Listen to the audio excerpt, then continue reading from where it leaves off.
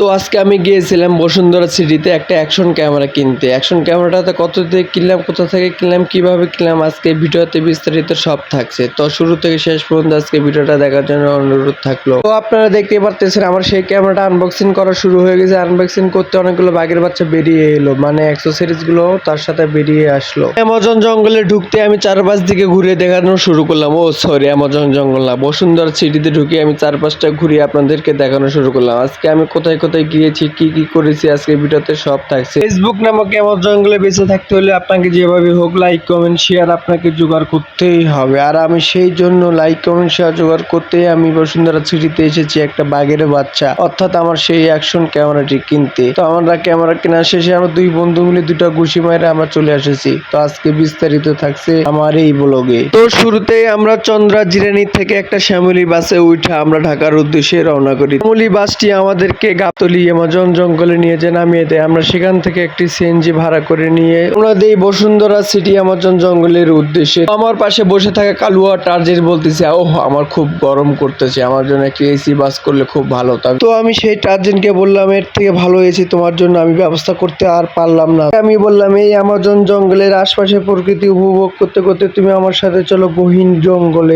তো সেই টার্জেনের সাথে কথা বলতে বলতে আমরা চলে এসেছি আমাদের গন্তব্যস্থলে। সেই টার্জেন অনেকদিন পর জঙ্গল দেখার পর আমাকে থুয়ে আগে আগে জঙ্গলে ঢোকার চেষ্টা করতেছিল। আমি তাকে বললাম, তুমি হারিয়ে যাবে, তুমি আমার পিছন পিছন চলে এসো, আমি আগে আগে যাই। ওই অ্যামাজন জঙ্গলের ভিতরে ঢুকতে কিছু দূর হাঁটতেই আমি তাকে চারো পাঁচটি আগে ঘুরিয়ে দেখলাম যে আশেপাশে কোনো বাঘ ভালুক বানর আছে কিনা। তো চারোদিক দিয়ে ঘুরিয়ে দেখলাম এখানে থেকে কোনো লাভ নাই, এখানে আমাদের কোনো শিকারই নাই, আমাদেরকে বেঁচে থাকতে হলে আরো গহীনে যেতে হবে। সেই জন্য আমি তাকে বললাম, চলো আমরা আরো গহীন জঙ্গলে ঢুকে যাই, দেখা যাক আমাদের সেই শিকারটা পাই কিনা। তো আস্তে আস্তে আমরা নিবু নিবু মনে আরো গহীন জঙ্গলে ঢুকতে থাকি। এই উঁচু উঁচু পাহাড়গুলো বেয়ে যখন আমরা আরো গহীন জঙ্গলে ঢুকতে থাকি, তো আমার ক্যামেরাম্যান আমাকে বলতেছিল, তো এই উঁচু পাহাড়গুলো কিভাবে উঠবো আমাকে একটু দেখিয়ে দাও, আমি তো কিছু বুঝতে পারতেছি না। তো আমি তাকে চারপাশটা আবারও ঘুরিয়ে দেখালাম, তাকে পাহাড় সম্পর্কে অনেক কিছু ধারণা দিলাম। দেখো এই গহীন বনে তোমাকে বেঁচে থাকতে হলে তোমাকে একাই লড়াই করে যেতে হবে, তোমাকে কেউ এখানে বাঁচাতে আসবে না।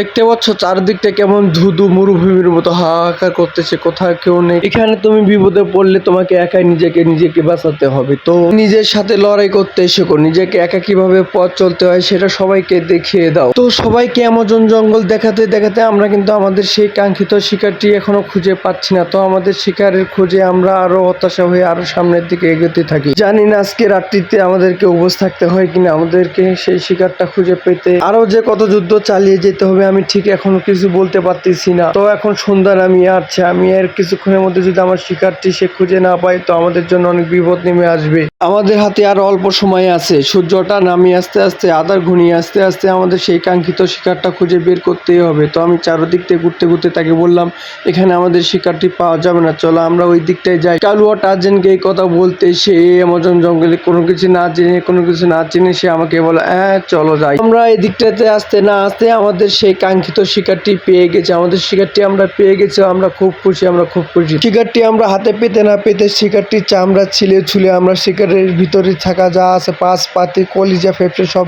কিছু বের করা শুরু করে দিয়েছি। তো আমাদের শিকারটি কেমন হলো তা আপনাদেরকে দেখানোর জন্য আমরা শিকারটিকে চারপাশ দিকে আপনাদেরকে ঘুরিয়ে দেখাচ্ছি। অল্প কিছু কাঁঠাল পাতার মাধ্যমে আমরা আমাদের শিকারটিকে আমাদের জিম্মায় আনতে পেরেছি। তো কতগুলো কাঁঠাল পাতার বিনিময়ে আমাদের শিকারটিকে আমরা আমাদের হাতে পেয়েছি। তো ভিডিও শেষে আমি সে কথাটাও আপনাদেরকে বলে দিচ্ছি। তো আমাদের শিকারটির চামড়া চুমড়া ছেলানোর পর দেখতে পাচ্ছি যে আমাদের শিকারটি বাহিরে বের হয়ে চলে এসেছে। তো আমাদের শিকারের আড়ট ভিতরে যা আছে পাশ পাতে ফেকশো ফুকশো যা আছে সবকিছু আমরা আপনাদের সামনে ঢেলে দিয়েছি। তো আমরা ঠিকঠাক ভাবে শিকার করতে পারলাম কিনা সবকিছু দেখে শুনে নিয়ে আমরা এখন বাড়ি ফেরার পর আমরা আমাদের সফর এখানে শেষ করছি। তো শিকারটিকে আমরা কতগুলো কাঁঠাল পাতার বিনিময়ে আমরা হাতে পেয়েছি সে কথাটা এখন আপনাদেরকে আমি বলছি।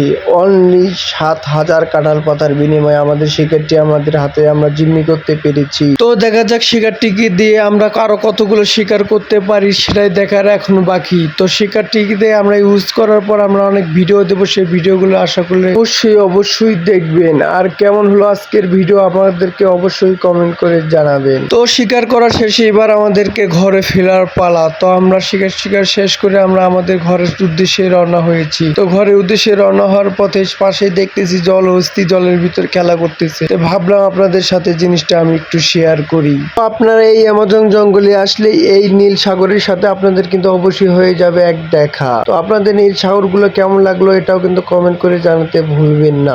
এই নীল সাগরগুলোর সাথে পার হয়ে এসে এই পাশে যে এসে দেখি একটা গন্ডার সাথে দেখা। আমার সাথে থাকা টার্জেন বলতেছে, ভাই এই অ্যানাকোন্ডাকে দুটো ঘুষি না দিলেই চলবে না। তো আমরা দুই টার্জেন মিলে দুটো করে ঘুষি মেরে আমাদের সফর এখানে শেষ করলাম। তো আমাদের ভিডিওটা কেমন লাগেছে অবশ্যই কমেন্ট করে জানাবেন। আর আমাদের আরো ভিডিও পেতে আমাদের পেজটি অবশ্যই ফলো করে রাখবেন।